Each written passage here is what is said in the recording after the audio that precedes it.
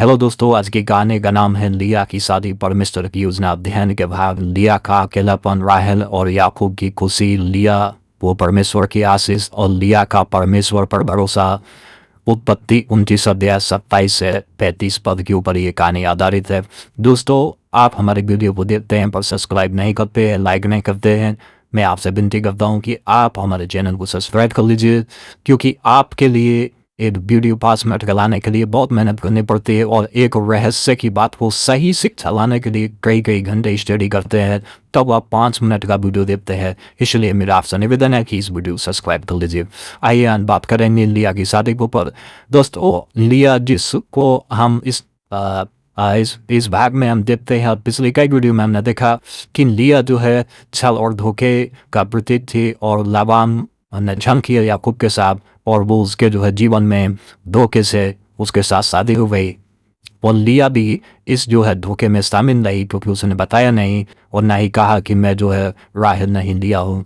पर दोस्तों, याकूब उसको अनचाही पत्नी समझता था और उसको कभी सारी जिंदगी प्यार नहीं किया और उसको कभी जो है उसने अपने गले से नहीं लताया और उसको जो है ऐसे कभी भी प्यार नहीं किया जैसे वो राहेल को करता था। अगले 7 साल के बाद जो उसकी ज़िंदगी में राहेल आई, राहेल के साथ शादी हुई। लेकिन दोस्तों, जो लिया आई थी, मैं आपको बताना चाहता हूँ कि परमेश्वर ने इस कहानी में आप देखेंगे कि लाबान धोखा करता है याकूब के साथ। ठीक है, आपको धोखा करता नजर आता है, लेकिन उसको परमेश्वर ने धोखा करने दिया और ऐसे होने दिया क्योंकि परमेश्वर की योजना थी कि राहेल से पहले लिया की शादी याकूब के साथ हो। परमेश्वर की योजना के मुताबिक परमेश्वर ने जिसको उसके साथ शादी करने के लिए चुना वो पत्नी राहेल नहीं थी, लिया थी।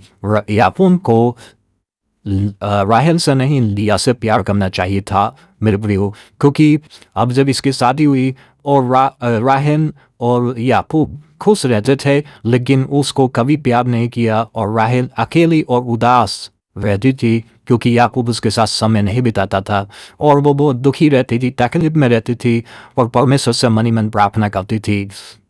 और तब परमेश्वर ने उसकी प्रार्थना सुनी और प्रार्थना सुनकर उसको जो है उत्तर दिया और उसने दर्शन देखा कि परमेश्वर उसकी कोख खुले और उसको जो है संतान होने की आशीष दिया मेरे प्रियो।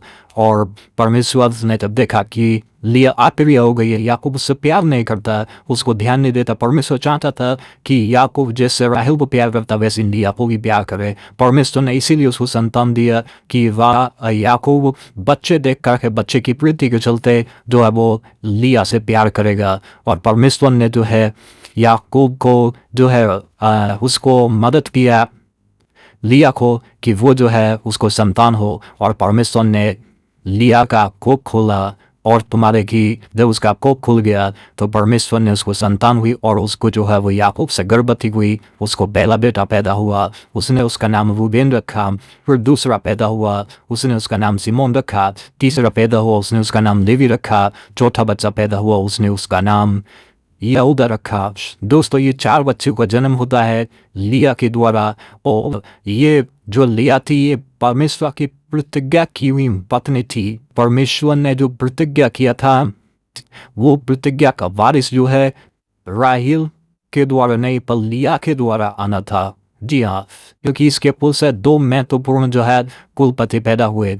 एक जो है लेवी जो याजक पद को संभाला और परम प्रधान का याजक जो है तुम्हारे की बने और उन्होंने लेवी का काम संभाला, परमेश्वर के याजक बने और वो तंबू और मंदिर का और सभी व्यवस्था को संभालने वाले, निर्देश देने वाले बने, व्यवस्थापक बने। और दूसरा यहूदा जिसके पुल से मसीहा का जन्म हुआ। दोस्तों, मसीहा का जन्म यहूदा के पुल से होना था और यहूदा जो है लिया के पुल से पैदा हुआ।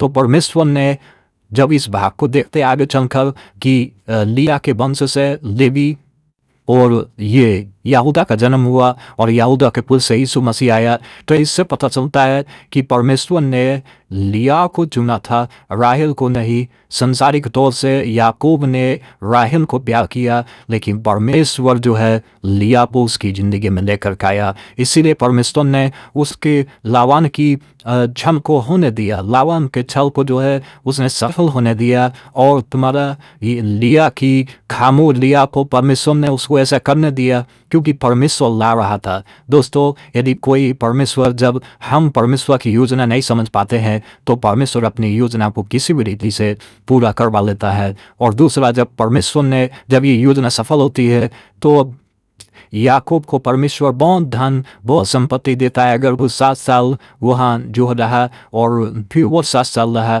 14 साल उसने जो है लावान की सेवा किया, वो भी किसके लिए? सिर्फ राहेल के लिए किया। लेकिन 14 साल में परमेश्वर ने उसको बहुत बढ़ाया, धन में, संपत्ति में, संतान में, परिवार में, सब कुछ में बढ़ाया। याकूब एक बार यहाँ 7 साल के लिए यहाँ आया था, 14 साल उसने जो सेवा किया। परमेश्वर ने यहाँ पर उसको अकेला आया था, लेकिन जो है उसका परिवार बहुत बड़ा हो गया। फिर ये एक बार मिस्र में जाता है अपने 70 प्राणियों को लेकर, परिवार को लेकर, जिसके परिवार में 70 लोग थे उस समय। तो वहाँ भी जाता है, वहाँ पर भी गुलाम बना लेते हैं मिस्र लोग याकूब के परिवार को। सो परमेश्वर उस गुलामी में भी आशीष देता, उनको बढ़ाता है, गिनती में, संख्या में, ताकत में, पावर में, और वहाँ व्यवस्था मिलती है और जो है बढ़ाता है। याकूब को यहाँ भी परमेश्वर ने आशीष दिया। ये तो वो प्रतिज्ञा थी जो परमेश्वर ने बोला कि मैं तुझको इब्राहिम के जैसा वंश दूंगा। यस, मैं तेरे जो रास्ते में परमेश्वर बोला कि मैं तेरे दादा इब्राहिम और तेरे पिता इसहाक का परमेश्वर हूँ। यस, ये देश मैं तुझे दूंगा और तेरा वंश बढ़ाऊंगा। परमेश्वर ने प्रतिज्ञा जो इब्राहिम के साथ बांधी, याकूब के साथ भी बांधी थी। सो दोस्तों, फाइनली हम देखते हैं कि लिया को परमेश्वर ने चुना, ना कि धोखा उसके साथ हुआ। ऐसा प्लान परमेश्वर ने किया क्योंकि याकूब उसको अपनाता नहीं, सीधी तौर में शादी नहीं करता लिया से क्योंकि वो सुंदर और खूबसूरत नहीं थी। और ऐसा परमेश्वर ने प्लान किया कि लावन उसके साथ ऐसे करे जिसके द्वारा वो लिया से शादी हो और मसीहा जो प्रतिज्ञा के जो पुत्र था वो पैदा हो। और परमेश्वर की प्रतिज्ञा लिया के साथ थी, राहेल के साथ नहीं थी दोस्तों। सो आप हमें कमेंट करके ज़रूर बताइए आपको हमारी वीडियो कैसी लगी, और जो है आप लाइक ज़रूर करिए, सब्सक्राइब ज़रूर करिए। यस, हमारे साथ जुड़ने के लिए आपको बहुत बहुत धन्यवाद। मिलते हैं एक और नई वीडियो के साथ किसी अगली वीडियो में।